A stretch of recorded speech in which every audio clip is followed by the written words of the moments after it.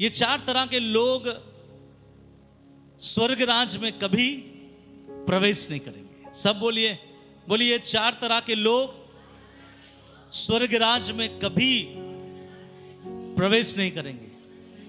और जब मैं बताऊंगा आपको ये 4 तरह के लोग कौन है, आप तंग रह जाओगे कि ये 4 तरह के लोग ऐसे हो सकते हैं कि परमेश्वर के स्वर्ग देश में वो ना जाए। हाँ, ये हो सकता है। मैं ये वचन को आज इसलिए लिया क्योंकि परमेश्वर ने वचन दिया आपके सामने प्रचार करने के लिए। कई बार इस वचन को लेकर हम लोगों ने सीखे हैं, हम लोगों ने समझे हैं। कई बार इस वचन के द्वारा हम लोगों ने बहुत कुछ जाना होगा, परंतु इस बार इस वचन को आपके सामने बोलने का परमेश्वर का इसके पीछे का जो मकसद है, परमेश्वर का इसके पीछे का जो इच्छा है, जो मन है, जो हृदय है, वो इस बात को दर्शाता है। क्योंकि इन दिनों में जो समय गुजर रहा है, इन दिनों में जो समय चल रहा है और लोग सच्चाई को भूल रहे हैं और झूठ को बहुत जल्दी वो अपना रहे हैं। सच्चाई लोगों तक पहुंच नहीं रहा है, लेकिन झूठ बहुत जल्दी लोगों तक पहुंच रहा है और फैल रहा है। अब देखिएगा, हमारे इसी देश में ओरिजिनल कुछ सामान बिकता है और कुछ डुप्लीकेट सामान भी बिकता है। लेकिन अगर कोई कंपनी ओरिजिनल सामान जब उसे निकालता है तो कंपनी का उसके पीछे एक मकसद होता है कि हम लोगों ने इसके पीछे जो प्रयत्न किए, इसके पीछे जो हम लोगों ने मेहनत किया, इसको बेचने के द्वारा वो पूरा पैसा या पूरा उसके पीछे लगाने वाला धनराशि हमको क्या हो जाए, आपस मिले। लेकिन जैसे ही वो चीज मार्केट में आता है, कुछ ऐसे कंपनियां भी है उसी चीज को ठीक उसी रंग में, ठीक उसी तरीके से उसका डुप्लीकेट निकालता है। और जब डुप्लीकेट निकाला जाता है, ओरिजिनल सामान से भी डुप्लीकेट सामान का जो कीमत होता है आधे से भी आधा होता है। और ये जो कंपनी जो ओरिजिनल सामान निकाला है, कंपनी चाह रहा था कि इसको लोग पसंद करें, इसको लोग पहने, इसको लोग इस्तेमाल करें। लेकिन होता यह है कि इसी के अनुरूप, इसी के डुप्लीकेट में जब कुछ ऐसे कंपनियां हैं जब डुप्लीकेट बनाता है और उसका कीमत जब उससे 3-4 गुना सस्ता रखता है, तो लोग उस चीज पे ज्यादा क्या हो जाते हैं, दौड़ते हैं और दौड़कर उस सारी चीजों को खरीद लेते हैं। और जब उससे कोई पूछता है कि तू कितने का खरीदा है, वो कहता है मैं तो इतने का खरीदा हूं। फिर वो कहता है तू लुट गया, क्योंकि हम लोगों ने तेरे दाम के और आधे के आधे दाम में किसी और दुकान से हम लोगों ने खरीदा है। कारण क्या है, लोगों को इन दिनों में ओरिजिनल और डुप्लीकेट का फर्क नहीं है। चलिए, सामान अगर आप डुप्लीकेट उठाकर घर लाए तो चलेगा, आप उससे दूसरी बार जाकर बदल सकते हैं। सामान अगर आपके हाथ में गलत लग जाए तो चलेगा, वो पैसों की बात है, फिर से पैसा आएगा, फिर से हम अच्छे सामानों को खरीद सकते हैं। लेकिन परमेश्वर के राज्य में, प्रभु के विश्वास में, प्रभु के सिद्धांत में, प्रभु की आराधना में, प्रभु के बातों में, अगर हम उसी में अगर हमारे जीवन में डुप्लीकेसी है, उसी में अगर हम झूठ में चल रहे हैं, उसी में अगर हम ऐसी बातों को नहीं समझ पा रहे जो परमेश्वर नहीं चाहता, तो बाइबल बताता है फिर हम कभी भी किसी और चीज से हमारा रिकवरी हो नहीं सकता। इसलिए जब हम परमेश्वर में हैं, सच्चाई के साथ चलना हमारा बहुत क्या है, प्राथमिकता है हमारा। और हर समय बरसक ये कोशिश करना चाहिए कि दुनिया जहां दौड़ रही है उसके पीछे आप ना दौड़े। आपका खुदा आपको जहां दौड़ने के लिए कहता है उसके पीछे आप दौड़े।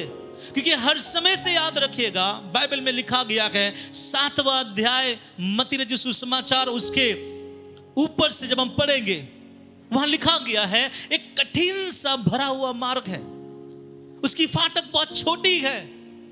और जब मैं देख रहा हूं बाइबल में जब लिखा है वहां बहुत कम लोग जा रहे हैं, वहां भीड़ नहीं है, वहां बहुत कम लोग हैं जो उस छोटी सी फाटकों से, उस छोटी सी रास्तों में से होकर गुजर कर आनंद जीवन को पहुंच रहा है। वहां एक और मार्ग है जो बहुत चौड़ा है, वहां एक और दरवाजा है जो बहुत बड़ा है। बाइबल बताती है उसमें कई अधिक लोग उसमें होकर गुजर रहे हैं। इसका अर्थ प्रभु यह बताना चाह रहा है कि दुनिया में मसीही लोगों के बारे में मैं बोल रहा हूं, कि ऐसा एक समय आ गया है, आएगा नहीं, आ चुका है। लोग उसमें जीवन जी रहे हैं और लोग सच्चाई पे नहीं, सच्चाई जैसा दिखने वाले झूठ के ऊपर ज्यादा क्या कर लेते हैं, विश्वास कर लेते हैं। इसलिए ये वचन मेरे मन में परमेश्वर ने दिया कि मैं आपसे बांटूं। और बात यह है कि ये 4 तरह के लोग कभी परमेश्वर के स्वर्ग देश में प्रवेश नहीं करेंगे। वो कौन 4 लोग हैं मैं आपको बताऊंगा। मत्ती रचित सुसमाचार उसका 7 अध्याय उसका 21 वचन से लेकर उसका 23 वचन तक हम पढ़ेंगे और ध्यान से सुनिए इसमें क्या लिखा गया है। कौन है वो 4 प्रकार के लोग, पढ़िएगा। जो मुझसे हे प्रभु हे प्रभु हे प्रभु हे प्रभु कहता है। ओके, तो सबसे पहला इस वर्ग में उसको जगह मिला है। एक ऐसा वर्ग के लोग हैं, एक ऐसा झुंड के लोग हैं जो यीशु मसीह को हर समय क्या करता रहता है, हे प्रभु बोलता रहता है। अरे हे प्रभु बोलना गलत नहीं है, लेकिन यहां पे प्रभु कहता है कि नहीं, वो मेरे स्वर्ग सियोन में नहीं जा पाएगा। क्या लिखा है, जो मुझसे हे प्रभु कहता है। सुन लीजिए यहां पे बैठने वाले सारे विश्वासी भाई बहन छोटे बड़े सबों से परमेश्वर का ये वचन कहता है, प्रभु अगर नाम आपके मुंह पे है, ये मत सोच लेना कि आसमान में जब तुरी फूंका जाए तो मैं प्रभु के पास हो जाऊंगा, क्योंकि मेरे मुंह में बारंबार क्या होता है, प्रभु। सोते समय भी प्रभु, उठते समय भी प्रभु, बीमारियों में भी प्रभु, चंगाई में भी प्रभु। ऐसे लोग हैं दुनिया में, हर वक्त हर समय उसके मुंह से क्या शब्द निकलता है, प्रभु। और जब ऐसा शब्द निकलता है, उसके बगल में रहने वाले लोग ये सोचते हैं कि ये बहुत ज्यादा प्रभु के नाम को लेते हैं, बहुत ज्यादा प्रभु के नाम को अपने मुंह पे ले रहे हैं, इसलिए ये व्यक्ति धर्मी होगा, ये व्यक्ति अच्छा होगा, ये व्यक्ति की गवाही अच्छा है, ये व्यक्ति हर वक्त प्रभु के नाम के साथ बहुत सारी बातें बोलता है, ये स्वर्ग में जाएगा। प्रभु कहता है नहीं, प्रभु बोलने वाला स्वर्ग में नहीं जाएगा। अब उसका 22 वचन पढ़िए, उसमें क्या लिखा गया है। उस दिन बहुत से लोग मुझसे कहेंगे हे प्रभु हाँ, क्या हमने तेरे नाम से भविष्यवाणी नहीं की। दूसरे प्रकार का लोग जो स्वर्ग सियोन कभी नहीं जाएगा, कौन मालूम है, भविष्यवाणी करने वाला। सब बोलिए, भविष्यवाणी करने वाला। बोलिए, अगर मैं भविष्यवाणी करता हूं और मेरे भविष्यवाणी के द्वारा कई लोग आशीषित हो रहे हैं, जो हो रहे हैं उनका नहीं पता, लेकिन मैं नहीं जाऊंगा। तो दूसरे प्रकार का जो वर्ग है, भविष्यवाणी करने वाला, परमेश्वर के नाम से आपके आगे के बारे, आपके आने वाली जिंदगी के बारे, आपके जीवन के रहस्यमय बातों को बताने वाले भविष्यवक्ताएं, बाइबल कहता है वे स्वर्ग सियोन या उस राज्य में प्रवेश नहीं करेगा। अब तीसरा नंबर वाले लोग कौन हैं, आगे पढ़िए। और तेरे नाम से दुष्ट आत्माओं को नहीं निकाला। तीसरे प्रकार के वर्ग के लोग वो हैं जिसको परमेश्वर अपने स्वर्ग सियोन में नहीं ले जाएगा। और वे कौन लोग हैं, जो दुष्ट आत्माओं को क्या करते हैं, निकालते हैं।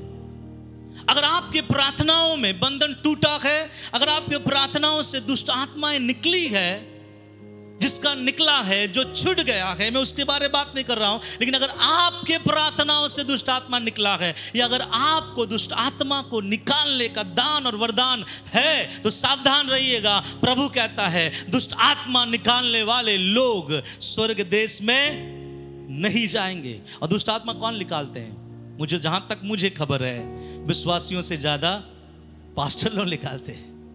विश्वासी लोग नहीं निकालते, विश्वासी लोग तो सरल आते हैं, पास्टर जी आप प्रार्थना कर दीजिए। लेकिन पास्टर्स लोग ज्यादा दुष्ट आत्मा क्या करते हैं।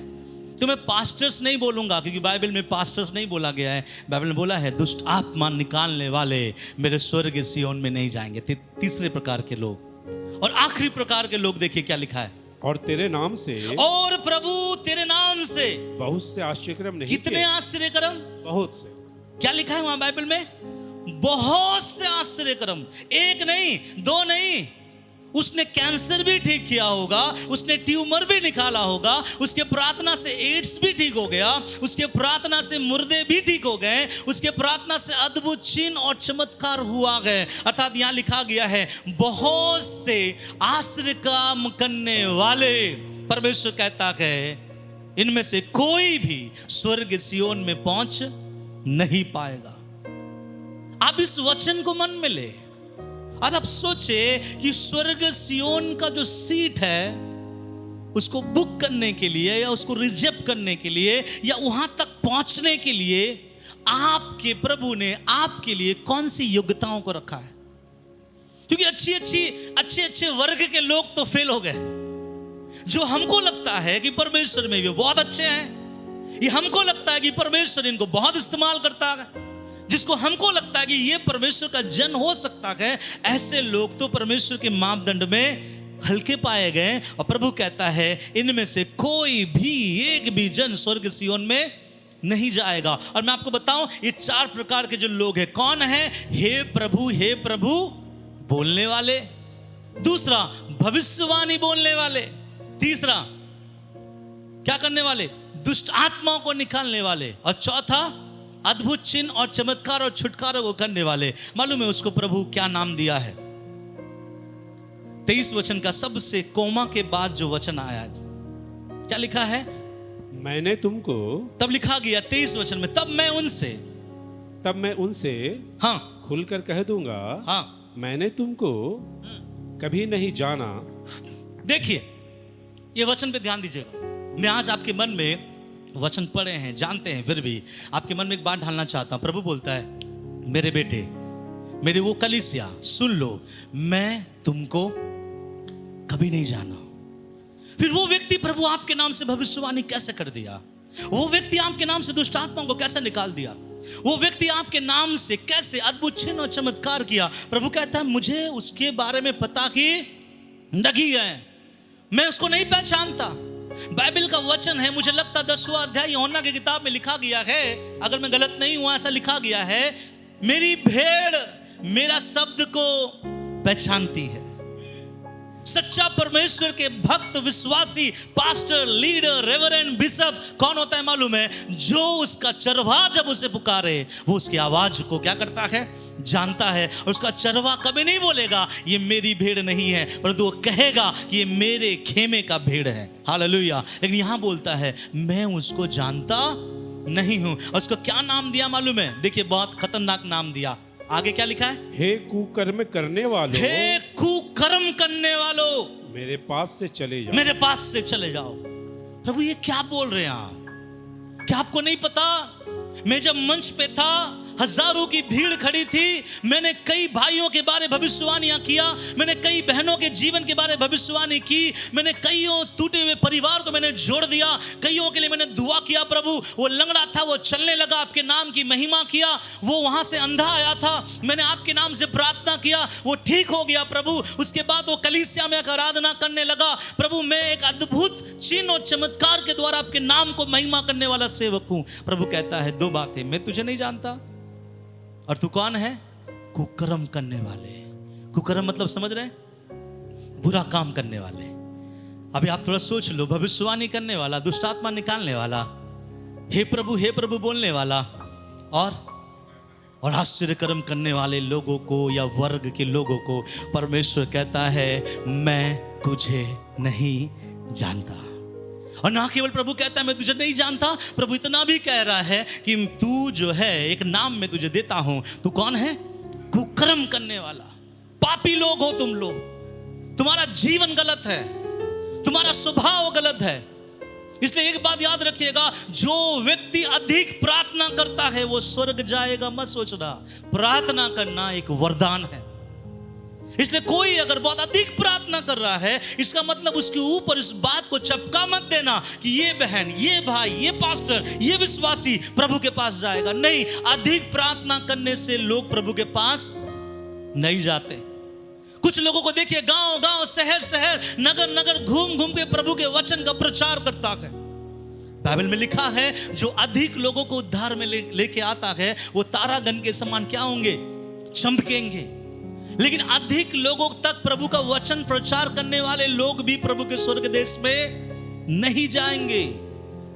प्रभु का सेवा करने वाले पासवान लोग, वे भी प्रभु के सेवकाई में या प्रभु के सेवकाई करते दौरान जब प्रभु आए नहीं जाएंगे। मैं आज ये बताना चाहता हूं, भविष्यवाणियां गलत होती है, मैं नहीं बोल रहा हूं। अद्भुत चिन्ह चमत्कार नहीं होना चाहिए, मैं नहीं बोल रहा हूं। दुष्ट आत्मा नहीं निकलना चाहिए, मैं नहीं बोल रहा हूं। लेकिन आज इस वचन को समझिएगा, क्यों प्रभु ने इन 4 महान वर्ग के लोगों को प्रभु ने बोला कुकर्म करने वाले। क्यों? कारण क्या है? और ये कारण प्रभु के दिल के अंदर का ख्वाहिश है, जो कलीसिया आज समझ जाए, जान जाए, तो आने वाले पीड़ाओं में, आने वाले दुखों में, आने वाले जो चीजों में कलीसिया होकर गुजरेगी और एक तुरी फूका जाएगा, शायद उसमें बहुत लोग उठाए नहीं जाएंगे। इसलिए बाइबल में लिखा गया है, ना जाने जब मैं आऊंगा मैं कितनों को विश्वासियों को पाऊंगा।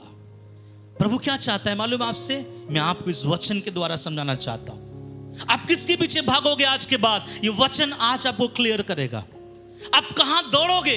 ये वचन आपको क्लियर करेगा। कुछ लोग बोलते पास्टर जी आपको नहीं पता, वो ना मेरे बारे में सब कुछ बता दिया। जब मैं चिन्ह और चमत्कार और छुटकारे के बारे में सुनता हूं, मैं आश्चर्य नहीं होता हूं, कभी नहीं होता हूं। आप बोलेंगे क्यों पास्टर जी आश्चर्य नहीं होता हूं? आप क्यों आश्चर्य नहीं होते हैं? है ना, कुछ लोग बोलते हैं उसका, कभी कभी देखिएगा कुछ लोग जब आसमान में मान लीजिए कुछ चीज गिर रहा है, उसका मुंह खुल जाता है ना, है ना। और मैं देखा हूं ऐसा, ये मेरा कल्पना में या मेरा सर्चिंग में मैंने ऐसा समझा है, किसी बच्चे को अगर थोड़ा चोट लगे वो मां बोल के चिल्लाता है। किसी बच्चे को अगर थोड़ा चोट लगे क्या बोल के चिल्लाता है? मां। किसी बच्चे के जीवन में कुछ बड़ा हो जाए, बाप रे बाप, तो छोटा हो तो मां को याद करता है, बड़ा हो तो किसको याद करता है? बाप रे बाप। अभी कोई चीज आसमान से गिर रहा है, उस समय मां रे मां नहीं बोलोगे आप, क्या बोलोगे? बाप रे बाप। और आपका मुंह बड़ा हो जाएगा। और मेरे बातों पे ध्यान दीजिएगा, यहां पे परमेश्वर किस चीज को समझाना चाह रहा है? कलीसिया किसके पीछे भागे? इसलिए जब मैं मिरेकल्स, चंगाई ये सब होते हुए देखता हूं, मैं कभी नहीं कहता बाप रे बाप, क्योंकि प्रभु कहता है मेरा इन सब के ऊपर क्या है? अधिकार है। अगर आपने सुना कि कोई एक लंगड़ा व्यक्ति को प्रभु ने ठीक किया, बोलना जरूर प्रेज द लॉर्ड, लेकिन ये मत बोलना कि मेरे लिए ये आज मेरे लिए अचंभित की बात है, ये मेरे लिए नई बात है ना। नई बात नहीं है। बाइबल के पढ़ने वाले लोगों को पता है यीशु के नाम में चिन्ह और चमत्कार होगा। लेकिन कुछ लोग उसको इतना ज्यादा, बहुत ज्यादा क्या करते हैं? बढ़ाते हैं। और जब बढ़ता है, प्रभु का नाम नहीं बढ़ता है, जिसने चमत्कार किया है उसका नाम बढ़ता है। कल मैं प्रेरितों के काम में पढ़ रहा था, मुझे बहुत अच्छा लगा। पतरस और यूहन्ना उस लंगड़े व्यक्ति को जब चंगाई दिया और उसने बोला देख मेरे पास सोना चांदी नहीं है, लेकिन जो मेरे पास है मैं तुझे देता हूं, यीशु मसीह के नाम से उठ और चल फिर। वो लंगड़ा व्यक्ति उठ के चलने लगा, कूदने लगा, उसके साथ मंदिर में गया। लोग उसको घेर लिए, पतरस और यूहन्ना को, और जब घेर कर उसको आदर और सम्मान देने लगे, मालूम है पतरस और यूहन्ना ने क्या बोला? पतरस ने बोला तुम लोग तो हमें ऐसा देख रहे हो मानो हमने इसको क्या किया। मैं बोला वचन सुन पढ़ के ना मेरे अंदर बहुत खुशी आया। मैं बोला प्रभु ऐसे हमें रहना है ना। जब लोग आपको देखे ये पास्टर जी आपके प्रार्थना के द्वारा ऐसा कुछ हो गया, तब उनको बोलना आप तो मुझे ऐसे बोल रहे हैं कि मेरे प्रार्थना के द्वारा आप क्या हो गए? चंगाई पाए। मालूम है वहां पे पतरस कहता है उस यीशु नासरी को जिनको तुम लोगों ने सूली पे चढ़ाया है, उसके सामर्थ, उसके विश्वास के द्वारा ये लंगड़ा चलने लगा। हालेलुया। महिमा किसको दे? परमेश्वर को दे। और यहां चिन्ह, चमत्कार, छुटकारा, भविष्यवाणियां, दुष्टात्मा को निकालने वाले जो वर्ग के लोग हैं, ये सब यीशु के नाम से काम कर रहे हैं। इसलिए जब भी केवल कभी आपको अगर बुलाए, अरे चलो वहां पे एक बड़ी मीटिंग हो रही है, वहां पर एक ऐसे पासवान आया है जो तेरे अंदर के पापों को निकाल के बता देता है, लंगड़ों को चलाता है, तब बाप रे बाप मत बोलना। क्या बोलना? Praise the Lord. मुझे पता है जहां कहीं यीशु का नाम है वहां स्वतंत्रता है। हालेलुया। दानिश भैया ने एक अच्छा गवाही दिया, हर कलीसिया में चंगाई नहीं, मतलब उसने ऐसा कहा, ऐसा नहीं कि बड़े बड़े कलीसिया में चंगाई होता है, इस कलीसिया में भी प्रभु ने उसको चंगाई दिया है। और मैं बताना चाहता हूं, जहां 2 या 3 भी प्रभु के नाम से है, वहां भी प्रभु चंगाई देता है। चंगाई ना तो पास्टर संजय के नाम से, ना किसी और प्रभु के दास के नाम से, चंगाई तो खुदा के नाम से होता है। इसलिए मुझे और आपको भी पतरस जैसा बनना है। क्या बोलना चाहिए मालूम है? इसलिए मैंने आपसे बोला, प्रार्थना करने वालों से ज़्यादा सामर्थ्य कौन है? प्रार्थना का सुनने वाला। लेकिन कभी कभी हम प्रार्थना करने वालों को ज़्यादा क्या बना देते हैं, है ना, गद्दी पे बैठा देते हैं। अरे आदर दो, सम्मान दो, लेकिन कुछ बातों को समझो। प्रभु इन 4 वर्ग के लोगों को बोल दिया, हे कुकर्म करने वाले, मैं तुझे जानता नहीं, मेरे सामने से क्या हो जा, निकल जा। अब जो बातें मैं बोलने जा रहा हूँ, यही कलीसिया के लोगों को चाहिए। यही प्रभु के मन के अंदर का एक जिज्ञासा है, एक आशा है, जो मैं आज आपको मैं समझाना चाहता हूँ। वो क्या है, उसको आज हम जानेंगे। फिर से पढ़िएगा उसका 7 अध्याय, उसका 21 वचन। जो मुझसे हे प्रभु कहता है, उनमें से हर एक स्वर्ग के राज में प्रवेश उनमें से हर एक स्वर्ग के राज में प्रवेश ना करेगा, परंतु वही, सुनिए, परंतु वही प्रवेश करेगा जो मेरे स्वर्ग पिता की इच्छा पर चलता है। इच्छा पर क्या करता है? चलता है। सब बोले हालेलुया। किसको प्रभु अपने साथ ले जाएगा स्वर्ग? किन के लिए प्रभु आ रहा है? या किन के लिए प्रभु तुरी बजाएगा? या किन के लिए मेरा प्रभु तैयार हो रहा है अपने दुल्हन से मिलने के लिए? वो लोग नहीं जो भविष्यवाणियां कर रही है, वो लोग नहीं जो दुष्ट आत्मा को निकाल रहा है, वो लोग नहीं जो अद्भुत चिन्ह और चमत्कार कर रहा है, वो लोग नहीं जिसके मुंह पे हर समय यीशु यीशु यीशु है, परंतु वो लोग हैं जो चिपके होंगे, दरिद्रता में होंगे, डूबे हुए होंगे, बहुत मुश्किल में होंगे, पैसों के कमी में होंगे, सब बीमारियों में होंगे, लेकिन उसके जीवन में एक चीज जो होगा इन बड़े बड़े वर्गों के लोगों के जीवन में दिखाई नहीं देगा। और वो चीज क्या मालूम है? वो खुदा के इच्छा पर चलने वाले होंगे। हालेलुया। परमेश्वर के मर्जी पर चलने वाले लोगों के लिए मेरा परमेश्वर आसमान को छोड़कर एक दिन आने वाला है। हालेलुया। प्रभु आप किसको ले जाओगे? प्रभु कहेगा वो जो मेरे स्वर्गीय पिता के इच्छा पर क्या होता है? चलता है। इसलिए यीशु से चेलों ने पूछा, प्रभु हमें प्रार्थना करना सिखा। तो प्रभु ने बोला, ऐसे प्रार्थना करना, हे हमारे स्वर्गीय पिता, तू जो आसमान में है, तेरा नाम पवित्र माना जाए, उसके बाद तेरा राज आए। तीसरे नंबर में बोला गया, जैसे तेरी मर्जी आसमान में पूरी होती है, वैसी तेरी मर्जी पृथ्वी पर पूरी हो। हालेलुया। आप देखिएगा, मालूम है परमेश्वर ज्यादा किस कलीसिया से खुश होता है? वो कलीसिया जो हजारों की भीड़ में है, वो कलीसिया जहां पे आए दिन मुर्दे जी उठ रहे हैं, वो कलीसिया जो आए दिन आंख खुल रहे हैं, या फिर वो कलीसिया जो बहुत रीतियों में भी, कमी और घटी में भी आसमान के परमेश्वर को पकड़कर उसके दिल, उसके मन को जानकर क्या कर रहा है? चल रहा है। सब बोले हालेलुया। तो मालूम है यहाँ क्या लिखा गया है? ये 4 वर्ग के लोग जो है, जो भविष्यवाणी कर रहा था परंतु प्रभु के मर्जी में नहीं कर रहा था। ये दुष्ट आत्मा को निकाल रहा था परंतु प्रभु के मर्जी में नहीं निकाल रहा था। ये प्रभु प्रभु तो बोल रहा था परंतु प्रभु के मर्जी को नहीं जाना। मैं बताना चाहूंगा कि यहाँ लिखा गया है, परंतु वही जो स्वर्गीय पिता की इच्छा पर क्या करता है? चलता। अब सवाल यहाँ पे 2 बातें आके खड़ा हो रहा है। क्या मालूम है? पहले आप ये जानो कि उसकी इच्छा आपके लिए क्या है। क्या जाने? उसकी इच्छा आपके लिए क्या है। और जब इच्छाओं को आप पता कर लो, तब आपका काम ये होगा कि आप उस इच्छाओं पे क्या करो? चलो। ऐसा नहीं है कि आपके ऊपर प्रभु ने अपनी इच्छाओं को प्रकट नहीं किया। आप में से बहुतों के ऊपर प्रभु ने इच्छाओं को प्रकट किया होगा, परंतु आपने उस इच्छाओं को दरकिनारा करके, अपनी इच्छाओं को तवज्जो देकर, अपनी इच्छाओं को उठाकर, अपनी मर्जी को आगे रखकर, प्रभु के मर्जी को दरकिनारा करके आप अपनी जिंदगी को बिता रहे हैं। प्रभु अपनी इच्छाओं को बताता है, और जब प्रभु की इच्छा को कोई पता कर ले तो बाइबल इस बात को बताता है कि जो कोई उसकी इच्छा को मालूम करेगा वो नहीं, परंतु जो कोई इसकी इच्छा को मालूम करने के बाद उस इच्छा पर क्या करेगा? चलेगा। सब बोलिए चलेगा। कलीसिया में अब जब आते हैं, मेरा वचन जब सुनते हैं, जो वचन मैं प्रभु के बाइबल से देता हूं, वचन सुनकर चले जाने वाले लोग प्रभु के पास नहीं जाने वाले, लेकिन वचन सुनकर उसके अनुसार क्या करते हैं? चलते हैं, उसमें अपने कदम को रखते हैं और प्रभु की मर्जी को पूरा करके आने वाला संडे आकर अपने हाथ उठाकर अपने खुदावंत को ये बात बता दे, प्रभु जो बीते सप्ताह तेरे दास ने बोला था, पूरी सप्ताह अपने जीवन में मैंने पूरा किया।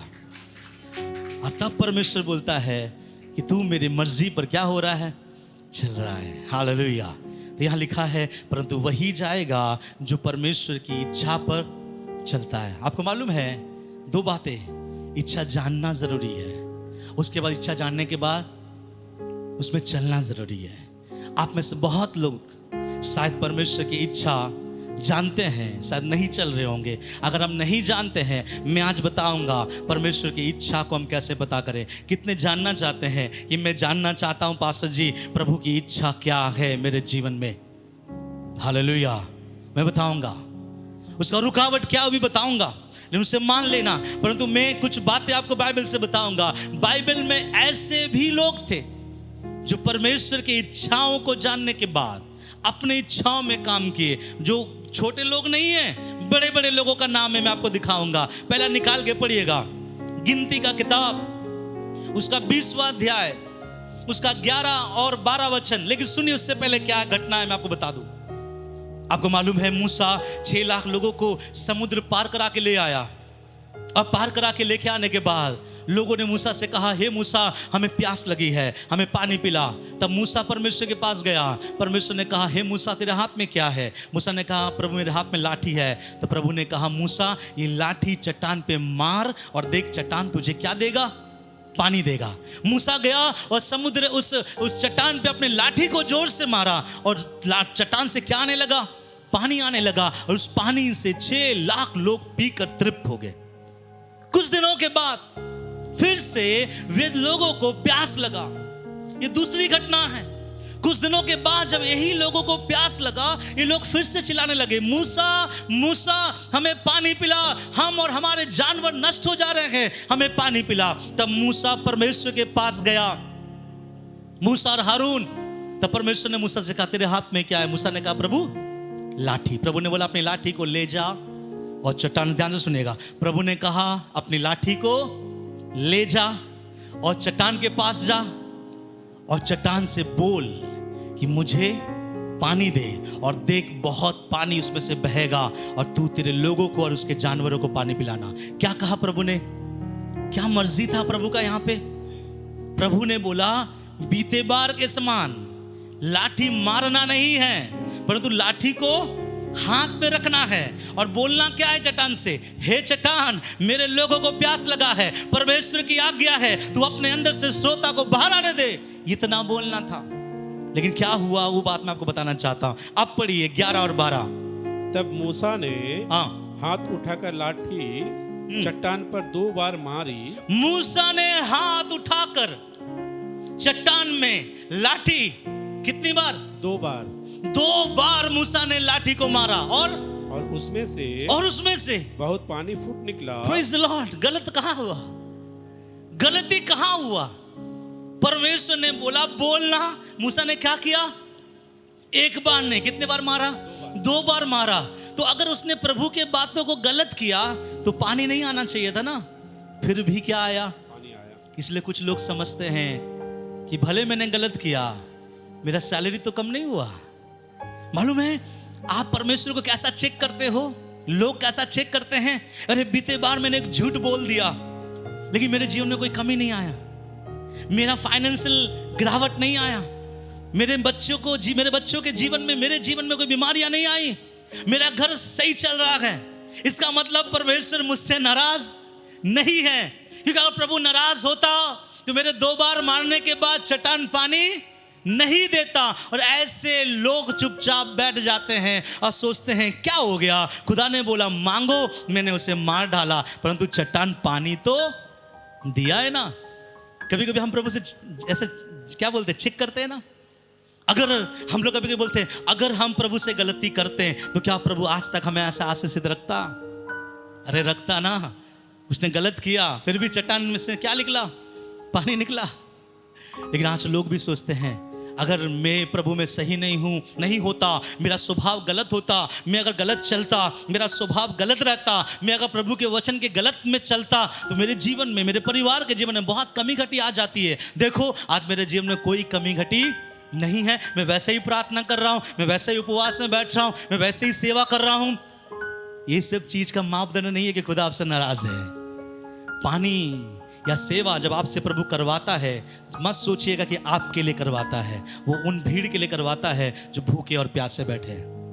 लेकिन सुनिए, मजे की बात और सीखने वाली बात क्या है, अब आगे पढ़िए क्या लिखा है। और मंडली के लोग अपने पशुओं समेत पीने लगे। मंडली के लोग पीने के बाद क्या बोले होंगे? मंडली के लोग पीने के बाद क्या बोलेंगे? विश्वासी लोग आप बताइए। मंडली के लोग बोले, प्रभु तेरा धन्यवाद, तूने पहली बार भी मूसा के द्वारा चट्टान में से पानी पिलाया, इस बार भी तू मूसा के द्वारा क्या कर रहा है? पानी पिला रहा है। सुनिए, मंडली के लोगों को कुछ बातें पता ही नहीं रहता है, भीड़ को कुछ बातें पता ही नहीं चलता है। भीड़ हालेलुया सुनकर हालेलुया चिल्लाने वाले लोग हैं। भीड़ को बोलेंगे खड़े हो जाओ, क्यों खड़े होना है किसी को नहीं मालूम, वे खड़े हो जाएंगे। ये भीड़ का काम है। अब भीड़ को केवल इतना चाहिए, भैया जैसे भी पानी लाना है ला दे, हमको केवल क्या करना है? पीना है। अब जो सीखने वाली बात है, सुनिए, प्रभु छोड़ता नहीं है। क्योंकि मैं आपको बताना चाहता हूं, अगर प्रभु भविष्यवक्ताओं को रोक दिया, अगर प्रभु चंगा करने वाले को लोगों को रोक दिया, हे प्रभु बोलने वाले लोगों को बोलता, कुकर्म करने वाले, अद्भुत चिन्ह चमत्कार करने वाले को प्रभु अगर रोक दिया, तो मूसा कौन सी चीज है? देखिए क्या लिखा है।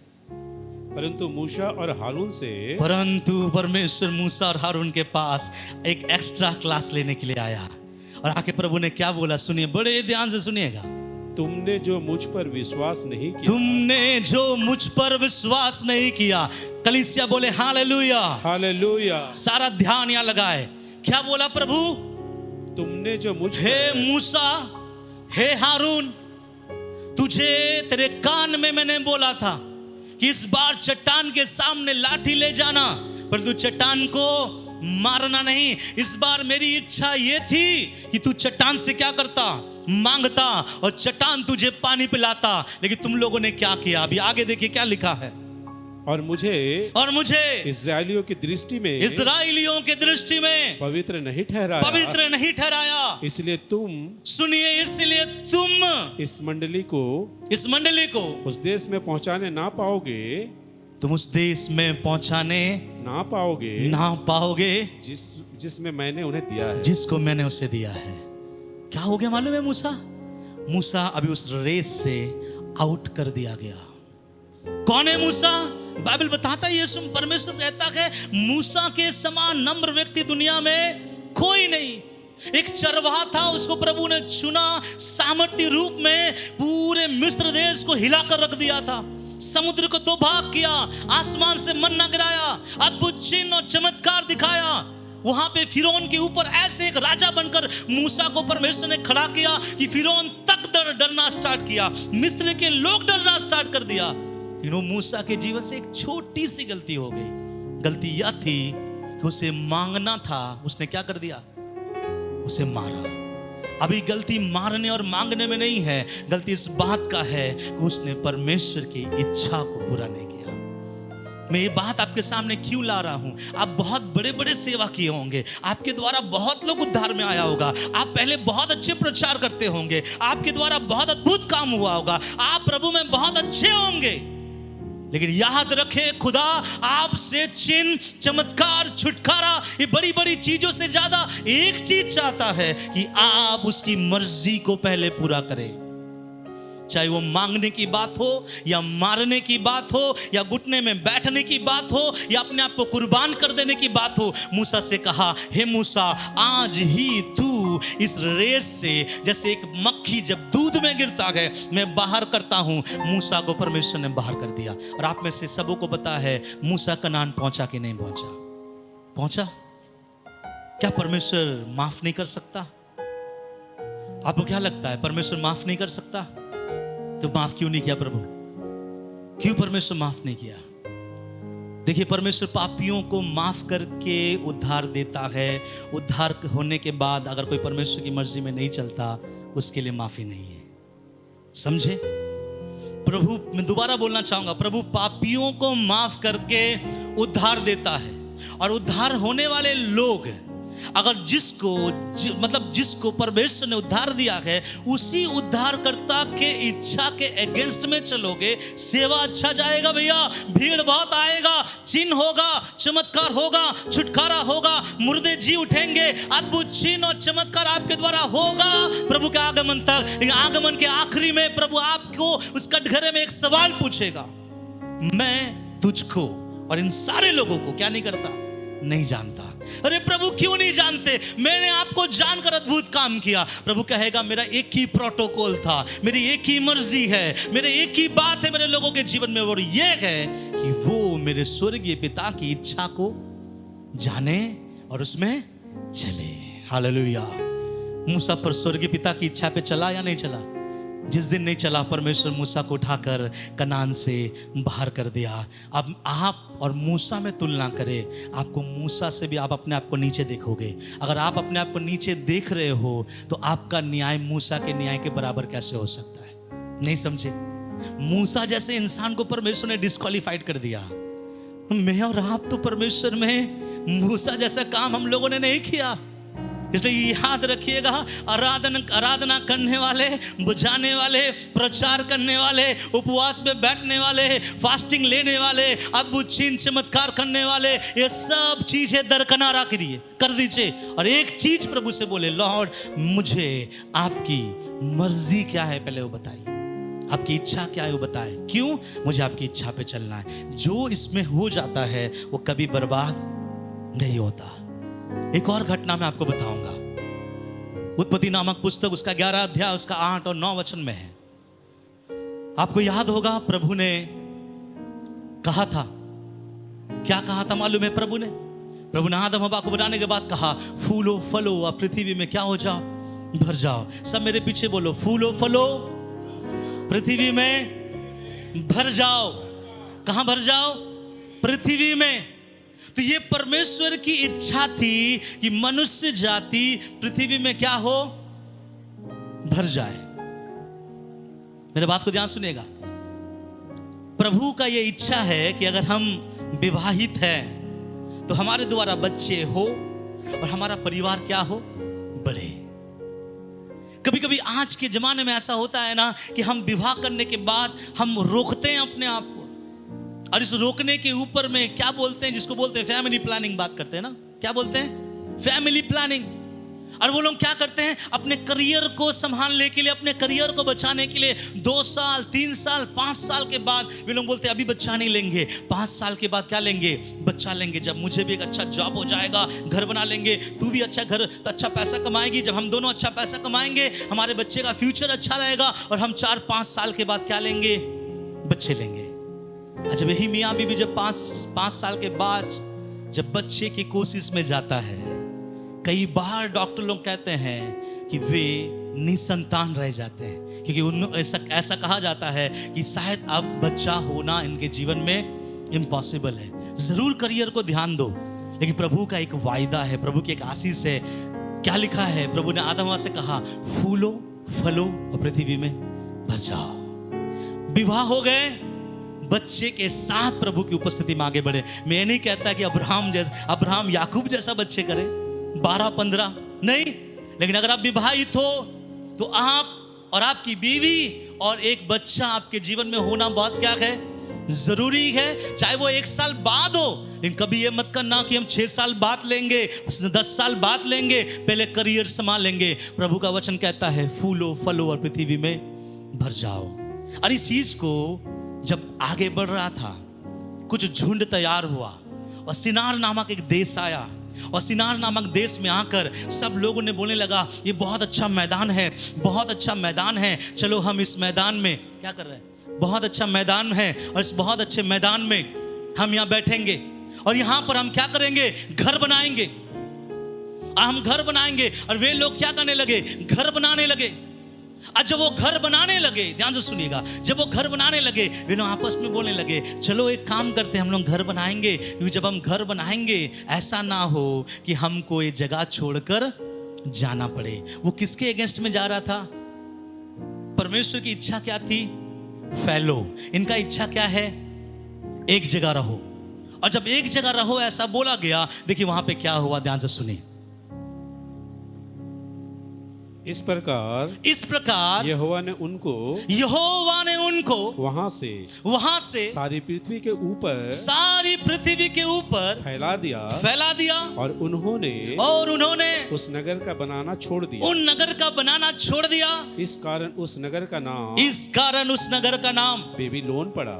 हाँ, बेबीलोन पड़ा, क्योंकि सारी पृथ्वी की भाषा में जो गड़बड़ी है वह यहोवा ने वही डाली। क्या हुआ मालूम है? जब वो लोग घर बना रहा था, सबका भाषा, सबका बोली एक था।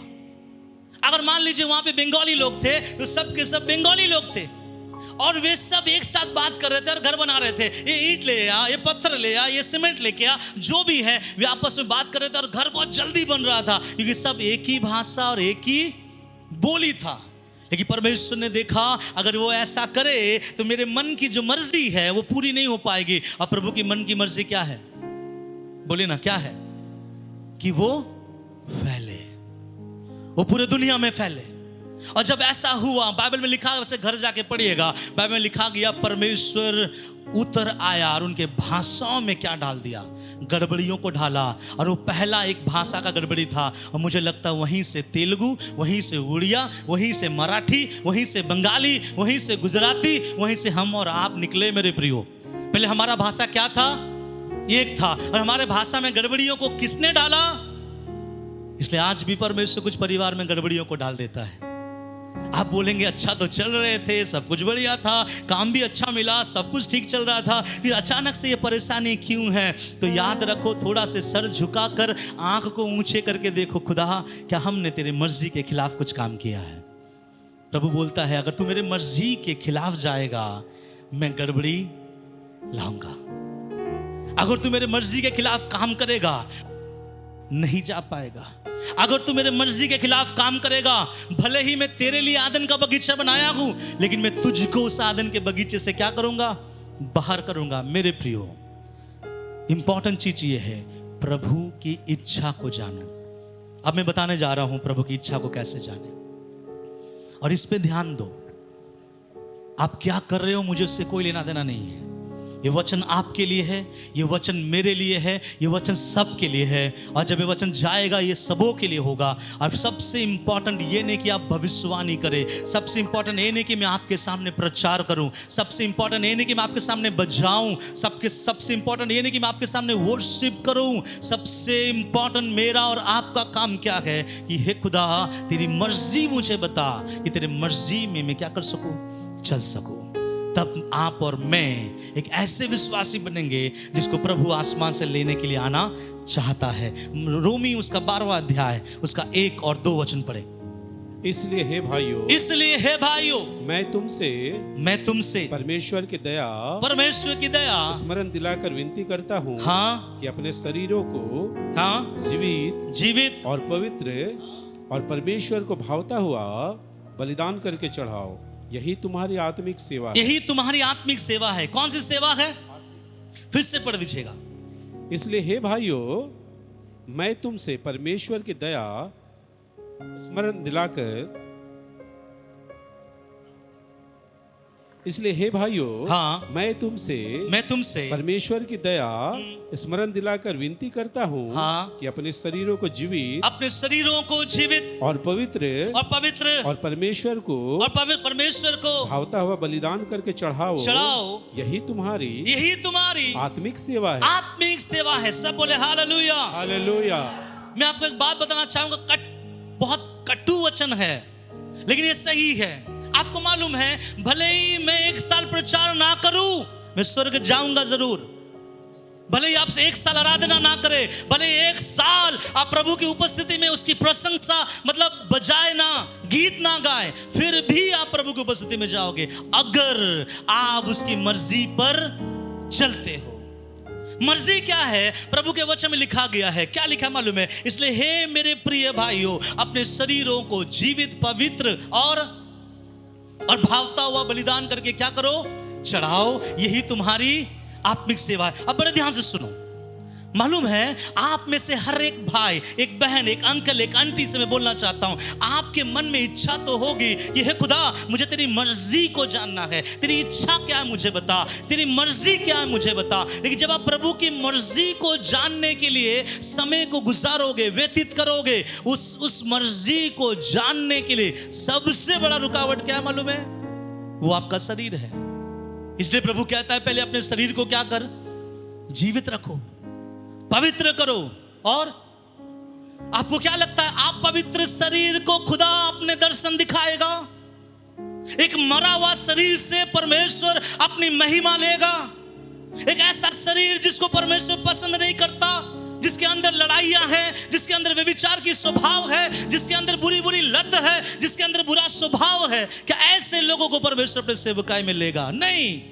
मैं और आप सेवा दे सकते हैं, आप सेवा कर सकते हो कि प्रभु ने मुझे दर्शन दिया, ये किया, लेकिन प्रभु का वचन कहता है कि प्रभु की इच्छा को जानने से पहले आपको अपना शरीर को क्या करना पड़ेगा? जीवित, पवित्र और भावता हुआ बलिदान करके किसको चढ़ाओ? परमेश्वर को चढ़ाओ। जब आप खुद को चढ़ा रहे हो, जब आप अपने खुद के शरीर को आपने क्या कर दिया? मार दिया। जब अपने खुद के शरीर को आपने छोड़ दिया, आपके शरीरों के मांग को आप पूरा नहीं कर रहे। अभी आपके अंदर एक ही मांग है, खुदा भले मैं सड़ जाऊं, मैं गल जाऊं, मैं मर जाऊं, मेरा भविष्य खत्म हो जाए, मेरा परिवार नष्ट हो जाए, चलेगा, लेकिन ये एक बात बता दे कि तेरी मर्जी मेरे जीवन में क्या है। और जब परमेश्वर अपनी मर्जी आपको बताएगा, आप सामर्थ्य रूप में आगे बढ़ेंगे। साधु सुंदर सिंह के बारे किसको पता है? साधु सुंदर सिंह एक सिख परिवार से एक लड़का है, और वो एक दिन एक रूम के अंदर घुस गया, और रूम के अंदर घुस के अंदर से बंद करके उसने बोला, अभी अब रात हो रहा है और सुबह के ठीक शायद 4:30 पौने 5 बजे मेरे इस घर के बगल से एक ट्रेन गुजरेगी जो हर दिन गुजरता है, और मैं ये पूरी रात में बैठूंगा और पूरी रात मेरा ये प्रार्थना होगा कि क्या दुनिया में कोई सच्चा ईश्वर है। उसने घुटने में बैठा और पूरी रात वो प्रार्थना करना स्टार्ट हुआ, क्या कोई सच्चा परमेश्वर है, क्या कोई सच्चा परमेश्वर है। 1 बज गया, किसी ने जवाब नहीं दिया। 2 बज गया, किसी ने जवाब नहीं दिया। 3 बज गया, किसी ने जवाब नहीं दिया। उसके बाद 4 बज गया, किसी ने जवाब नहीं दिया। अब ट्रेन आने में आधा घंटा बाकी है, और इसने अपने मन में ठान लिया, अगर कोई सच्चा ईश्वर दुनिया में नहीं है तो मैं अपने जीवन को उस रेल पटरी में मैं दे दूंगा। और ठीक जब गाड़ी आने के लिए कुछ ही मिनटों का फासला था, अचानक उसने देखा कि वो जिस रूम में वो था, एक बड़ा सा उजाला उस रूम के अंदर आके प्रकट हुआ, और प्रकट आके बोलने लगा, तू जिस ईश्वर को खोज रहा है, मैं ही वो सच्चा ईश्वर हूं। उसने कहा, तू कौन है? उसने कहा, मैं ही यीशु नासरी हूं। आपको मालूम है, उस दिन से वो प्रभु का ऐसा सेवक बना, ऐसा सेवक बना। उसके बारे में कभी पढ़ के देखिएगा मसीह लोगों, आज ही जाइए, पता लगाइए, नेट से निकालिए साधु सुंदर सिंह के बारे में। जब आप पता लगाओगे, आपको पता लगेगा कि वो ही एक ऐसा सेवक बना, गहरा कलर का कपड़ा पहनकर, दाढ़ी और लंबे बाल के साथ में, खाली पांव में तिब्बत जाना आना करता था, प्रभु की सेवकाई करता था। उसकी गवाही यह है कि कई बार जब वो कुएं में था, यीशु ने उसको कुएं से उठाया। कई बार यीशु ने अपने हाथों से उसको खाना खिलाया। कई बार चीते के साथ उसका मुलाकात हुआ, लेकिन कोई भी जानवर उसको हानि कर नहीं पाया। हालेलुया। क्यों मालूम है? उसने परमेश्वर की इच्छा को जान लिया था कि मेरे जीवन में उसकी मर्जी क्या है। और साधु सुंदर सिंह को क्या बोला जाता है मालूम है? साधु सुंदर सिंह को बोला जाता है इंडिया का पौलुस। क्या बोलते हैं? इंडिया का पौलुस। अगर आप उसकी कथा को नहीं पढ़े हैं तो जाके नेट में होगा, पढ़ लेना, बहुत आशीषित होगा। और जो यीशु को ढूंढता है ना, जो कोई बैठकर प्रभु से दुआ करता है, लॉर्ड मुझे आपकी मर्जी बता, प्रभु मैं ये छोड़ दूंगा, लेकिन मेरा आप बताइए आपकी मर्जी मेरे जीवन में क्या है। सबसे बड़ा रुकावट आपका शरीर आएगा, और आपके शरीर को पहले क्या करना है? जीवित और पवित्र और भावताओ बलिदान करके चढ़ाओ। एक वचन था, मैं उसमें नहीं जाना चाहूँगा, बहुत बड़ा हो जाएगा। गलती उसका 5 का 19, 20, 21 में ऐसा लिखा है, शरीर के काम तो क्या है? प्रगट है, बैर है, लड़ाई है, झगड़ा है, हिर्ष्या है, चुगलखोर है, व्यभिचार है। ये सब चीज अगर हमारे अंदर रहेगा, पवित्र परमेश्वर कभी आपसे बात नहीं कर पाएगा। कभी आपसे बात नहीं कर पाएगा। याद रखिएगा, कभी आपसे बात नहीं कर पाएगा। आप जिंदगी में बिना प्रभु के आवाज को सुने आप मर जाओगे। आपका पास्टर आपको एक 6 फुट के कॉफन में लेकर गाड़ के आएगा। आपके घर में भी आपके शांति सभा चलाई जाएगी और शांति सभा में यह भी बोला जाएगा ये प्रभु में सो गया है। लेकिन क्या आसमान में प्रभु उसको बोलेगा कि धन्य है मेरा बेटी, धन्य है मेरा बेटा, आ मेरे साथ गले लग, क्योंकि तूने मेरी मर्जी को इस दुनिया में पूरा किया। या प्रभु आपसे ये कहेगा, मैं तुझे जानता नहीं, हे कुकर्म करने वाले, मेरे सामने से क्या हो जाओ, निकल जाओ। इसलिए यहाँ क्या लिखा है मालूम है? यहाँ जो वचन हम लोगों ने पढ़ा है, क्या लिखा है? अपने शरीरों को पहले अपने कंट्रोल में लो। किसको लो? अपने शरीरों को। और जब शरीर कंट्रोल में आ जाएगा तब आपसे खुदा बात करेगा। आप देखिए इसका 2 वचन क्या लिखा है? इस संसार के सदृश ना बनो। इस संसार के क्या मत बनो? सदृश ना बनो। कौन सा सदृश मत बनो? बोलिए, संसार के सदृश ना बनो। संसार के सदृश ना बनो। संसार का सदृश मतलब समझते हैं? कई बार आपका खुदा आपसे बात नहीं कर पाता क्योंकि आपके अंदर में संसार का गुण ठूस के भरा हुआ है। कई बार आपका परमेश्वर जब आपसे बात करने के लिए इच्छा भी है, परमेश्वर आपसे बात नहीं कर पाता क्योंकि वो ये देख रहा है कि आप संसार के अनुसार चल रहे हो। संसार की बातें आपके अंदर है, संसार का स्टाइल आपके अंदर है, संसार की ऐशो आराम आपके अंदर है, संसार की ख्वाहिशें आपके अंदर है। इसलिए परमेश्वर आपसे बात, इसलिए प्रभु ने मना किया। क्या बोला? इस संसार के सदृश ना बनो। मेरा आपसे सवाल है, क्या आपको 4 चक्का चाहिए या नहीं चाहिए? आपको 4 चक्का चाहिए या नहीं चाहिए? नहीं चाहिए। 4 चक्का आपको चाहिए या नहीं चाहिए? यस चाहिए। अच्छे घर आपको चाहिए या नहीं चाहिए? हाँ चाहिए। लेकिन आप इस कीमत में नहीं कि खुदा को सेकंड में रखे और घर को आगे रखे। इस कीमत में नहीं कि प्रभु को पीछे रखे और 4 चक्के को आगे रखे। नहीं, हमारे लिए यह होना चाहिए, प्रभु तू प्रथम है। अगर तू देगा मैं ले लूंगा, अगर तू नहीं भी देगा मैं तुझे महिमा दूंगा। ये हमारे जीवन में होना चाहिए। कुछ लोग सोचते हैं आशीषित होने का मतलब है घर के बगल में 2 तो 4 चक्का का गाड़ी होना चाहिए। आशीषित होने का मतलब यह है बैंक बैलेंस में लाखों रुपया होना चाहिए। आशीषित होने का मतलब यह है कलीसिया में खड़ा होकर बोलना कि मैं 15 साल हो गया, छींक तक नहीं आया मुझे।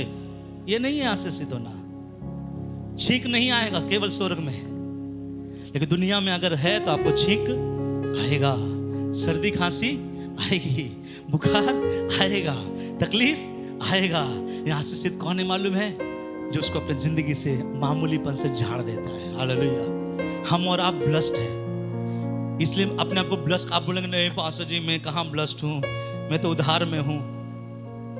किसी ने मुझे बोला था, नाम नहीं लेंगे, किसी ने मुझे बोला था कि हर महीना पैसा खत्म हो जाता है। मैंने उससे बोला धन्यवाद दो प्रभु का कि पैसा है, आप चाहकर खर्च कर पा रहे हो। कोई लोग मन में सोचता है लेकिन खर्चा नहीं कर पाता है। मुझे लगता है यहाँ पे ऐसा कोई नहीं होगा कि आज दोपहर को अगर उसको अंडा खाने का मन हो कि वो जाके अंडा नहीं खरीदे। इतना तो प्रभु आपको अमीर बनाया है। बनाया कि नहीं बनाया? बोले आमीन। लेकिन मालूम है कुछ लोग अंडा खाने के लिए महीने तक इंतजार करता है। कल हमारे परिवार में हमारे हाथ से कई रोटियां गिर गई नीचे। जब रोटियां नीचे गिर गया, मैं और मेरी वाइफ बोलने लगे, दुख के साथ बोलने लगे कि आज रात कई लोग नहीं खाकर सोए होंगे, लेकिन आज हमारे हाथ से कई रोटियां गिर गई है। मैं बोलना ये चाहता हूँ, कई ऐसे लोग हैं जिसके पॉकेट में अठन्नी तक आपको नहीं मिलेगा। धन्यवाद दो खुदा का कि खुदा आप जो सोचते हैं आप कर पाते हो। अर्थात मन, इसका मतलब क्या मालूम है? We are blessed people. हम आशीषित है कि खुदा हमको कुछ तो दिया है जो हम कर पा रहे हैं, और यहाँ पर हम लोग लौट के आएंगे। मैंने आपसे कहा कि संसार के सदृश्य ना बनो। आप देखिए आगे, परंतु तुम्हारे मन के नए हो जाने से तुम्हारा चाल चलन भी बदलता जाए, जिससे तुम परमेश्वर की भली। सुनिए, परमेश्वर की इच्छा कब आता है मैं आपको स्टेप बाय स्टेप बता दूं। कैसे पता चलेगा? मन में रखिए, अगर लिखना है तो लिख लीजिए। शुरुआत होता है अपने शरीर को जीवित कर लो, पवित्र बना लो, और परमेश्वर को भावता बलिदान करके क्या करो? चढ़ा दो। जब आप परमेश्वर का अपना शरीर चढ़ा चुके हो, अभी संसार का सदृश्य मत बनना, क्योंकि आपका मन क्या हो गया है? नया हो गया। जब आपका मन नया हो गया है तो नया मन के अनुसार आपका चाल चलन में भी क्या होना चाहिए? फर्क, बदलाव, डिफरेंसेस आना चाहिए। जब ये बदलाव आपके अंदर आएगा, जब धीरे धीरे आप गाली छोड़ोगे, धीरे धीरे आप नफरत छोड़ोगे, धीरे धीरे आपके अंदर की बेविचार स्वभाव हटाओगे, धीरे धीरे गंदी सोच हटाओगे, धीरे धीरे अविश्वास हटाओगे, आप देखिए उसके बाद परमेश्वर की इच्छा आपके जीवन में प्रकट होगी। वो भी कैसे? 3 इंस्टॉलमेंट में। कैसे? परमेश्वर की भली, सब बोलिए भली। क्या भली? इच्छा। आगे? और भावती, सब बोलिए भावती। और सिद्ध इच्छा, सिद्ध इच्छा अनुभव से मालूम करते जाओगे। सब बोले हालेलुया, हालेलुया। मालूम है आप प्रभु की सेवा करते हो, बहुत अच्छी बात है, लेकिन कितने लोग यहाँ बैठे हैं जो प्रभु की उपस्थिति में घंटों समय गुजार के इस चीज के लिए बैठे हुए हैं, हे खुदा तेरी मर्जी मेरे जीवन में क्या है। और मैंने आपको समझाया प्रभु की मर्जी, प्रभु ऐसे वैसे यहाँ वहाँ आड़ा टेढ़ा लोगों को नहीं देता। परमेश्वर की मर्जी किसको देता है?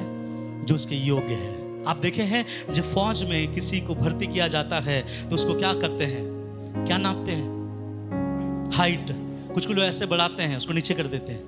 हाइट में थोड़ा भी अगर मार खा गया फिर उसका चेस्ट नापते हैं। कुछ देखिए चेस्ट ऐसे फुलाते हैं, देखे होंगे आप लोग। उसका चेस्ट है नहीं, उसका 30 है, लेकिन चौड़ा फुला के टान के 34 करना चाहता है तो लोग मारते हैं दबा के रख।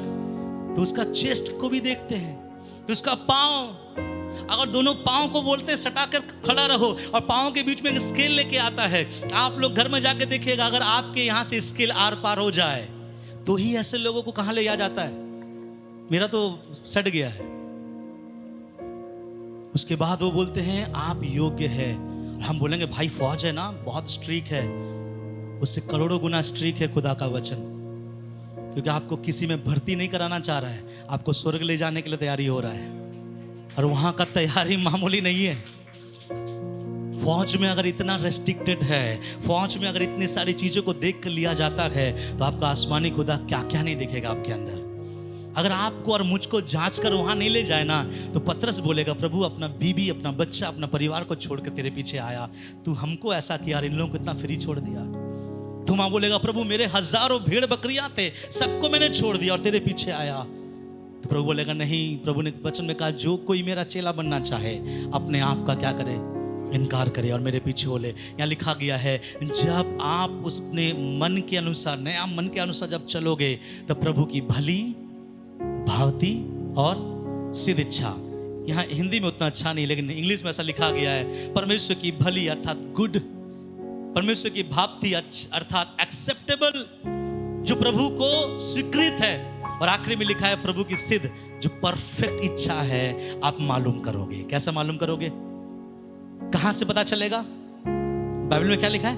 अनुभव। आपका अनुभव अभी आत्मिक हो गया है। आप अनुभव में खुदा आपसे क्या करेगा? बातें करेगा। आपके अनुभव में परमेश्वर कहेगा बेटा ये मत पहनना। आपके अनुभव में प्रभु कहेगा बेटा मैं चाहता हूं कि आज मेरी उपस्थिति में तू बैठ। आपके अनुभव में परमेश्वर बातें करेगा बेटा आज ये प्रचार कर। आपके अनुभव में परमेश्वर बातें करेगा कि उसने तुझे मारा है क्षमा कर दे। आपके अनुभव में परमेश्वर बोलेगा इन लोगों को मेरे नाम से क्या कर? माफी दे दे। और तब प्रभु की मर्जी आपको पता चलेगा। और जब प्रभु की मर्जी आपको पता चले आपको क्या करना है बताइए ना। जब प्रभु की मर्जी आपको पता चल जाए आप क्या करोगे? आप प्रभु की उस वचन को लेना और यहां मूसा जैसे मत करना कि प्रभु ने बोला था मांग और उसने क्या कर दिया?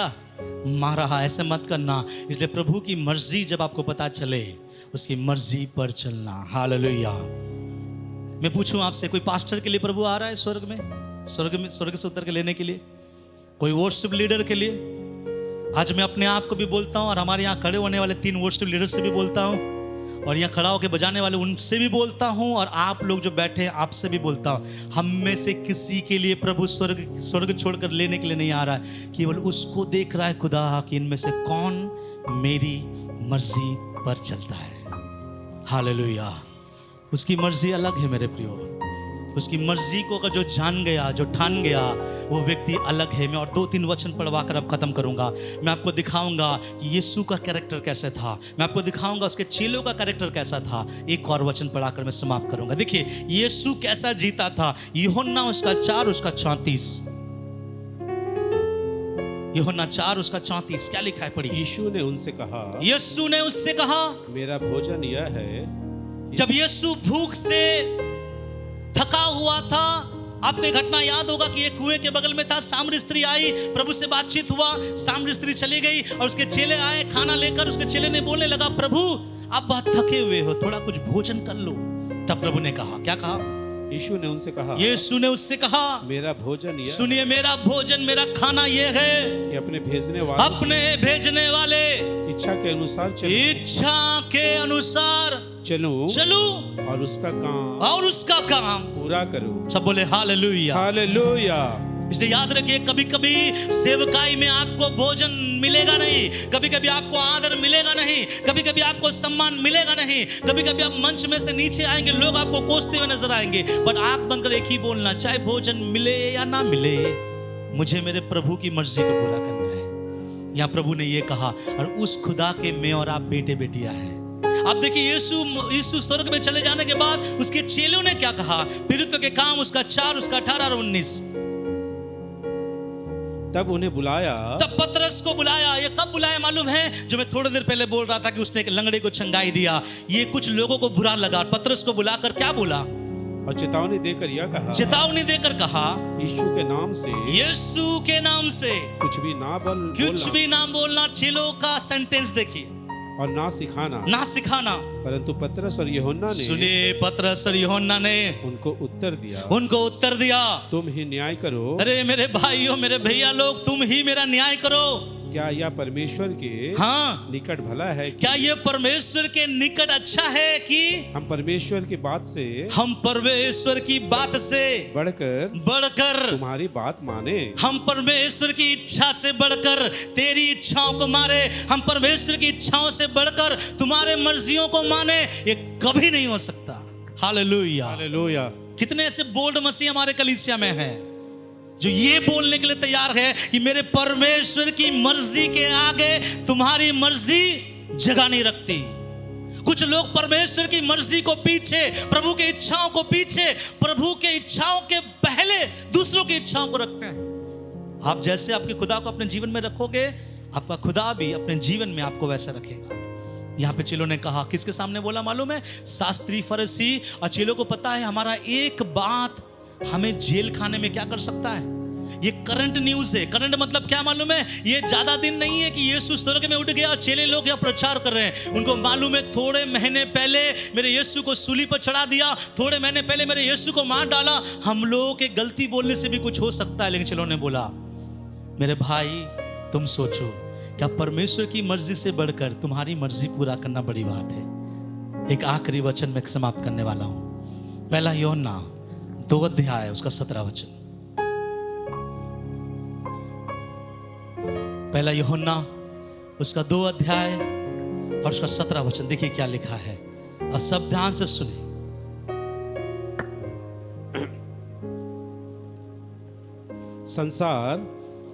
संसार और उसकी अभिलाषाएं दोनों मिटते जाते हैं, पर जो परमेश्वर की, सुनिए, संसार मिट जाएगा और संसार में उठने वाली अभिलाषाएं भी मिट जाएगी।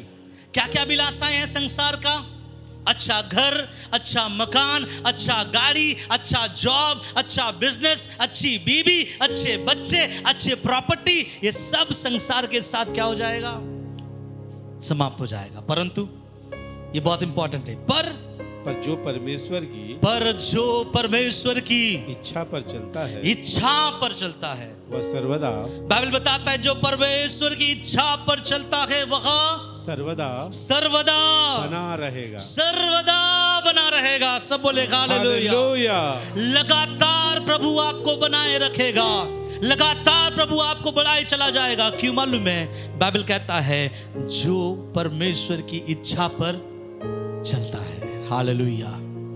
इसलिए प्रभु ने कहा, इस 4 प्रकार के लोग कभी स्वर्ग में नहीं जाएंगे। जो मुझसे हे प्रभु बोलते हैं, जो दुष्ट आत्मा को निकालते हैं, जो भविष्यवाणियां करते हैं, और जो मेरे नाम से एक नहीं परंतु बहुत आश्चर्य कर्म करते हैं। तो हम प्रभु से बोलते, प्रभु कौन है जो आपके राज्य के लिए वारिस होगा? प्रभु बोलेगा, एक वो जो मेरी खुदा के, मेरे स्वर्गीय पिता की मर्जी को जानता और उस पे चलता है। मूसा के जैसा ना करे, उस भाषा गड़बड़ियों के समान जैसा ना करे, आदम हवा के जैसा भी ना करे। इसलिए आप लोग इस कोशिश में लगे रहें। आपके दुआ में 90% प्रार्थना इस बात में होना चाहिए, खुदा तेरी मर्जी क्या है। अपने बारे में मत बोलो प्रभु को। अगर जो व्यक्ति अपने बारे में ज्यादा प्रभु को बोलता है, उसको ऐसा वो व्यक्ति ऐसा है मानो उसको लगता है कि मेरा खुदा बहरा है। लेकिन अगर किसी को मालूम है कि मेरा खुदा सब कुछ जानता है, अपने बारे कम बोलना और प्रभु से बोलना, प्रभु तू कौन है, मेरे ऊपर प्रकट कर। तू चाहता क्या है, मेरे ऊपर प्रकट कर। तेरी मर्जी क्या है, मेरे ऊपर प्रकट कर। और जब प्रभु की मर्जी आप जान जाओगे, बाइबल कहता है संसार मिट जाएगा, संसार की अभिलाषाएं समाप्त हो जाएगी, परंतु जो मेरी इच्छा पर चलता है वो कभी सर्वदा नाश नहीं होगा। आज आप किसी के पीछे भाग रहे हो, आप भी नाश हो जाओगे। वो जो जिसके पीछे आप भाग रहे हो वो भी नाश हो जाएगा। आज जिसकी लालसा आपके मन में है, वो लालसा भी मरेगा और आप भी क्या हो जाओगे, नष्ट हो जाएगा। लेकिन इनमें से वो भाई बहन छोटे बड़े वो बच जाएंगे जो ये वचन को अपने जीवन में रखते हैं। पर जो परमेश्वर की इच्छा पर चलता है वो सर्वदा क्या रहेगा, बना रहेगा। कितने सर्वदा बने रहना चाहते हैं? हालेलुया। बाइबल बोलता है आकाश और पृथ्वी भी नष्ट हो जाएगी, परंतु मेरा वचन कभी भी नष्ट नहीं होगा। हालेलुया। इससे ज्यादा दुआ करो, प्रभु आपकी मर्जी क्या है, आपकी मर्जी क्या है, आपकी मर्जी क्या है। और जब प्रभु की मर्जी में जब आप खड़े होंगे, अद्भुत है, सामर्थ्य है, आप सर्वदा बने रहेंगे।